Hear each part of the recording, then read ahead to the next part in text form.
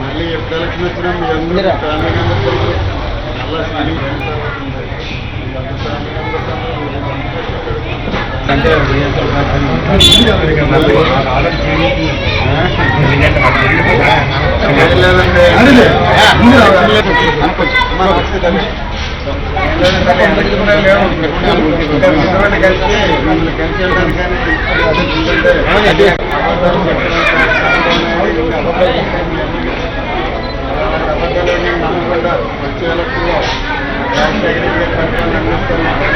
YSR party పరిపాలన రావాలంటే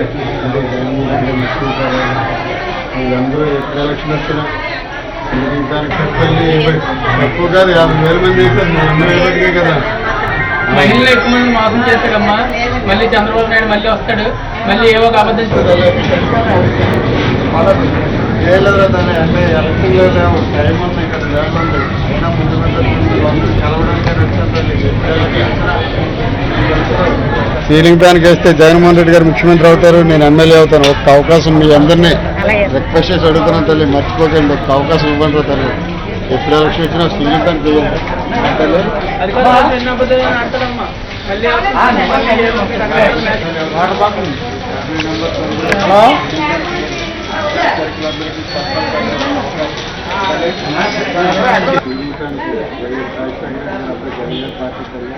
ఎప్పుడు ఎలక్షన్ వచ్చినా మీ అందరూ తీరించడానికి ఒక అవకాశం ఇవ్వాలి.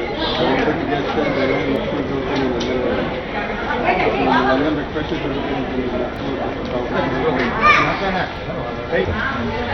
గడప గడపలో ఒకే నినాదం, అదే వైఎస్ఆర్ విధానం. వాగ్దానాలన్నీ చంద్రబాబు నాయుడు పటాపంచలు చేస్తూ ఆ రోజు ఎలక్షన్లో అబద్ధాలు చెప్పి అధికారంలోకి వచ్చిన తర్వాత ప్రజలను వెంటనే మర్చిపోవడం జరిగింది. 500 పైగా హామీలు ఈ ఆంధ్రప్రదేశ్ ప్రజలకి ఆయన ఇవ్వడం జరిగింది.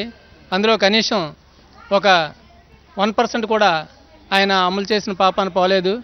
అందువల్ల జగన్మోహన్ రెడ్డి గారు ఈ గడప గడపకు వైఎస్ఆర్ అనే నినాదంతో మమ్మల్ని అందరినీ నియోజకవర్గాల్లోకి వెళ్ళమన్నప్పుడు ఈ దక్షిణ నియోజకవర్గం తరఫున శ్రీ కోలా గురువులు గారు నియోజకవర్గంలో వార్డుల్లోకి వెళ్తున్నప్పుడు ప్రజలందరూ చంద్రబాబు నాయుడిని వ్యతిరేకిస్తూ, బాబు ఈరోజు చంద్రబాబు నాయుడు మీద ఓటు వేసినందుకు మాకు మేమే సిగ్గుపడుతున్నాం, ఎందుకంటే బయటికి చెప్పుకోలేని విధంగా మేము ఈరోజు బాధ అనిపిస్తున్నాం, ఈ రాష్ట్ర ప్రభుత్వం ఏం చేస్తుందో కూడా అర్థం అవ్వట్లేదు, దాని మీద పులి మీద పుట్టలాగా ఈరోజు కేంద్ర ప్రభుత్వం కూడా నువ్వు పెద్ద నోట్లను రద్దు చేస్తూ నిర్ణయం తీసుకుంది, ఈ దేశంలో ఎలా బతకాలో మాకు అర్థం అవ్వట్లేదు బాబు, మళ్ళా ఎప్పుడు ఎలక్షన్స్ వస్తాయి, మరలా మేము జగన్మోహన్ రెడ్డి గారిని ముఖ్యమంత్రిని చేసే వరకు కూడా మేమందరం నిద్రపోమని చెప్పి ప్రజలే మాకు చెప్పడం జరుగుతుంది.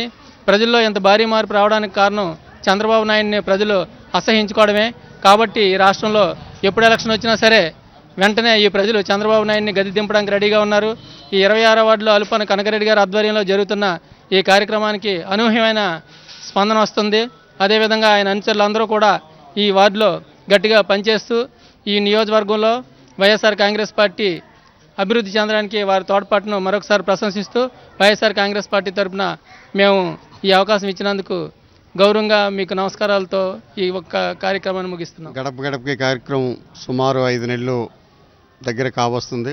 అయినా ప్రతి ఇంటికి సౌత్ నియోజకవర్గంలో ప్రతి గడపకి వెళ్ళిన వైఎస్ఆర్ నినాదంతో గడప గడపకి కార్యక్రమంలో ప్రతి భాగంలో కూడా ప్రతి ఒక్కరు కూడా ప్రజలు చంద్రబాబు నాయుడు చేసిన అగత్యాలు, ఇచ్చిన అబద్ధాలు, వాగ్దానాలు అవి నెరవేర్చక ప్రజలను మభ్యపెట్టే విధంగా చేసే తరుణంలో కంపల్సరిగా ప్రజలందరూ కూడా ఒకే నినాదం చేస్తున్నారు.